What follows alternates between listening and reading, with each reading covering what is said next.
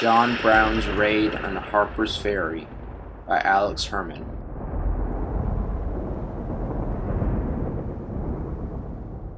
John Brown had been bent on the path of ending slavery since he was a young child. All throughout Brown's life, he had dedicated himself to the abolitionist cause. Brown had been a dangerous man because he had believed that it was God's will for him to end slavery at any cost. Throughout Brown's life, he had participated and undertook many risky projects and organizations, which had included the Underground Railroad and the League of Gileadites.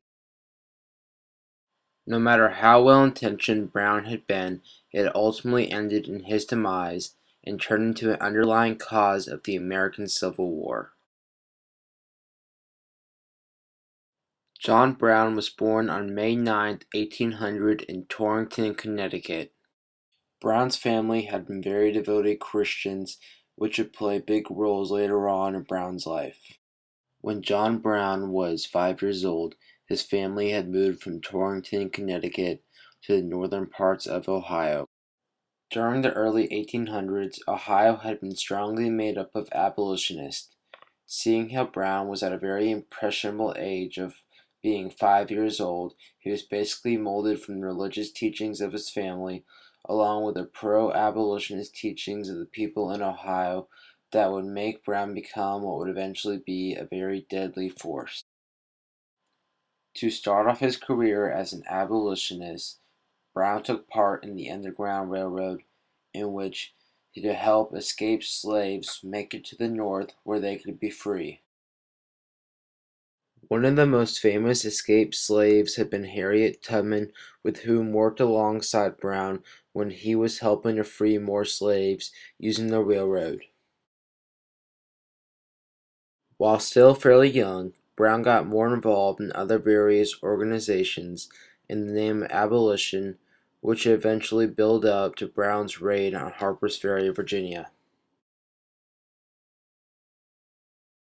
A main cause of Brown's eventual raid on Harpers Ferry, Virginia, and was consequently an underlying cause of the raid was the Kansas-Nebraska Act of 1854. This act was set in place by the United States government, which basically made the Missouri Compromise of 1820 become void after it had evened out the number of slave and free states. As more states were added on to the United States, this led to the Missouri Compromise becoming useless and had to be replaced. This is where the Kansas-Nebraska Act came into play, stating that a state would be either free or slave by the inhabitants of the state's will. Now that the Kansas-Nebraska Act had been put into effect, the balance between the free states and the slave states had been tipped. This act led to disputes between the North and the South for if a state should be free or slave. When Kansas chose to be a slave state instead of a free state, it was a very unpopular decision. Horace Greeley, a writer for the New York Tribune, gave to Kansas the nickname of Bleeding Kansas. Naturally, Brown would have taught his children his beliefs and the ideals that he believes in. Thus, when Kansas chose to be a slave state, 5 of Brown's sons traveled to Kansas in hope of staging an uprising to turn it into a free state. They knew the only way that their plan of an uprising would work is if their father, John Brown, led it and helped them plan the uprising. John Brown had declined the offer of joining in the uprising, but eventually gave in and traveled to Kansas to be a part of the attack. On May 24th, 1856, John Brown led an insurgent group into Kansas where he ended up killing 5 pro-slavery men by dragging them out of their houses and slaughtering them viciously. Later on, this event would be known as the Pottawatomie Massacre. The Potawatomi Massacre would become an underlying cause of the Civil War and show Brown's ruthlessness when it came to abolition and his beliefs. After just barely escaping the Bleeding Kansas attempted uprising, Brown was already planning his next strike for abolition, raiding Harpers Ferry, Virginia arsenal.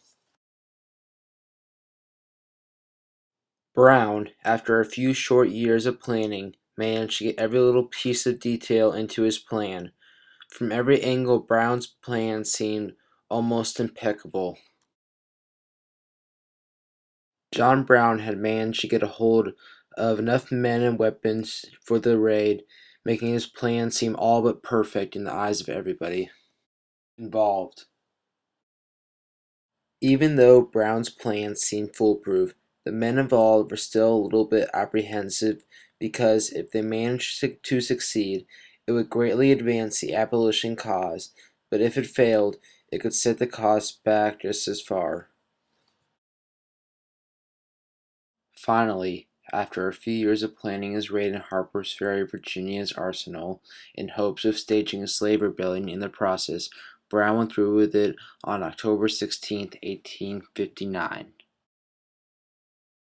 On October 16, 1859, Brown led his group of insurgents into Harper's Ferry to seize their arsenal and start up a slave rebellion while they are doing it. When the main part of Brown's plan fell through, when the slaves didn't start joining the revolt, the plan started going downhill from there. Even though the slaves didn't assist Brown, he and his men still managed to overtake the arsenal and barricade themselves within it. John Brown and his men were now stuck in the arsenal, which had been surrounded by Harper Ferry's local militia. Eventually, Robert E. Lee and his Marines showed up as reinforcements. They offered Brown and his men the offer to surrender, but they had denied. The soldiers then grabbed a nearby ladder and took down the door using it as a ram. When the soldiers swarmed the arsenal, Brown had been injured and then captured, while the rest of his men were either captured or killed, the whole thing lasting only around 3 minutes. Brown's revolt had for the time completely failed. The aftermath of John Brown's raid on Harper's Ferry led to John Brown's execution. On December 2nd, 1859, John Brown was hung for treason. The raid also came to be one of the main reasons of the Civil War. That is the reason why the raid was so important and